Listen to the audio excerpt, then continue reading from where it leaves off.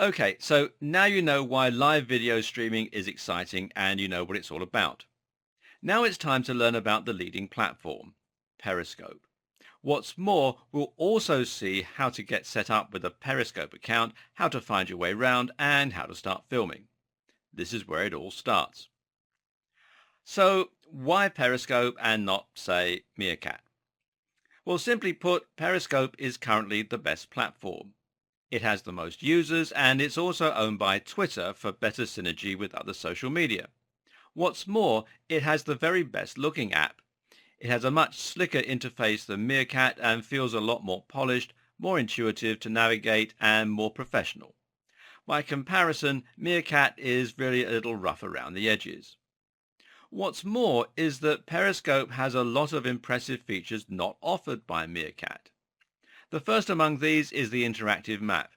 Now, we've already discussed how useful this is and how useful it's likely to be going forward. Periscope will store the videos you've filmed for 24 hours. And this makes Periscope better as well for a global approach to marketing. Remember, if you want people from around the world to watch your videos, you're going to need to make them available in different time zones. Using Periscope allows you to do this because anyone who's asleep while you're filming can simply find the video and play it back at their leisure at another time. Periscope has the best traction, the best tools, and the best design. For the moment, it's the number one platform, and with Twitter behind it, it's likely to continue that way for a long time to come.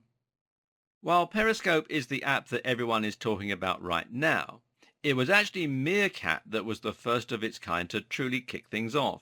Meerkat was drawing a lot of attention when it was first announced in March 2015 and managed to generate a lot of buzz. There was a flurry of media coverage at this point, and early on it started to work very closely alongside Twitter, which gave it a big boost. Early on, Meerkat was known as Yevo and then Air. However, Twitter quickly realized that this live streaming malarkey might well be big news, and so it launched its own competing service, Periscope. Actually, the company bought Periscope, which was much lesser known at the time, for $100 million. With Twitter behind it, Periscope quickly rose to dominance thanks to the features we've already covered and a better budget. Okay, so now you know the basics, it's time to dive in and give Periscope a go. How do you do this? And once it's up and running, how do you start finding your way around the somewhat daunting interface? Well, you can head over to periscope.tv to check out the app, but more useful is just to head over to your respective app store and install it. Once you've done that, you'll then have the option to sign in with your Twitter account. Assuming that you're already doing some online marketing, you should have one already, and this will make it very quick and easy to get set up.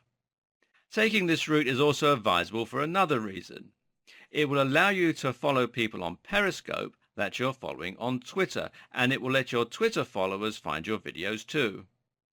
Alternatively, though, you can sign up to Periscope with a phone number, which will require you to confirm the receipt of a text message. Now you're signed up, you'll be set loose in the world of Periscope. The first page you'll be shown here has a list of feeds from people who follow you on Twitter. If you look at the bottom, you'll notice three icons. The second of these is a globe icon, and if you touch this, you'll be shown the map. On the map will be numerous circles with numbers in them. These numbers show you how many people are streaming in that area right now, and if you tap on the number, you'll open up a list of those feeds on the bottom part of the page. These feeds each have titles as well as usernames. The title is what you can use to find out specific types of content. If one says WOD, for instance, this is probably a CrossFit workout of the day. As with Google Maps, you can also pinch to zoom in and out, and if you zoom in on any given area, then you should find that there are more people here that you can find. The next tab along the right, meanwhile, is a group of people. If you click this one, you'll be shown popular users and a little about what they do, and you can then choose to follow them. Further on the right, you'll find your settings button where you can edit your profile and also edit settings. The settings control is rather bare bones and mainly comprised of options to change the notification sounds that play. Something you can do though is to decide whether or not you'd like to autosave your broadcast to your gallery.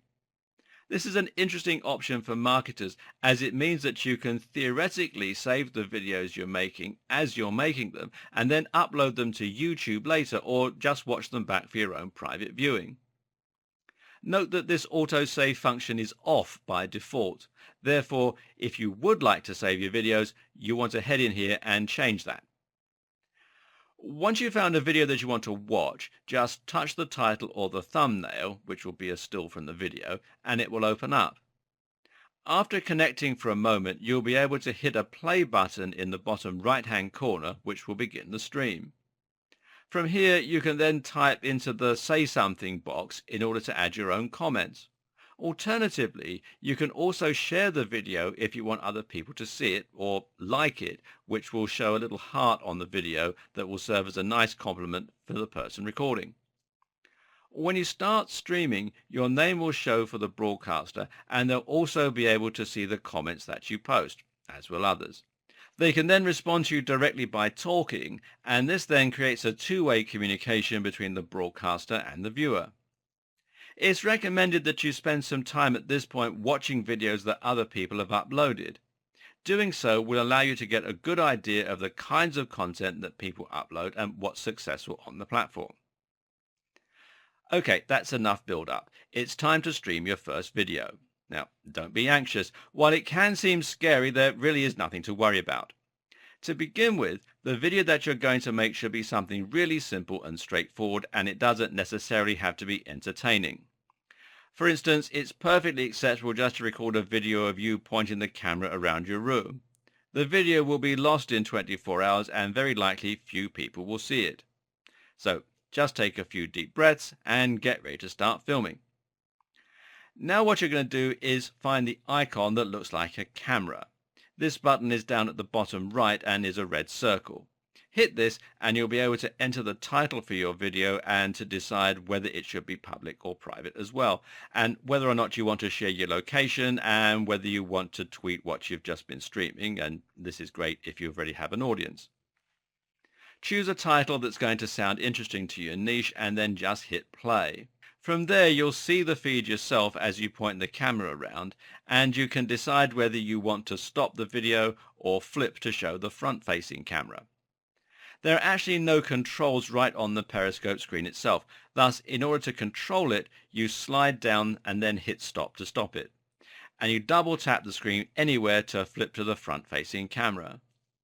At this point, you'll probably want to stop filming quickly in order to avoid making a long video of you swinging the camera around and looking nervous. But well done. You just took your first bold step into the world of video streaming. Are you as excited as I am?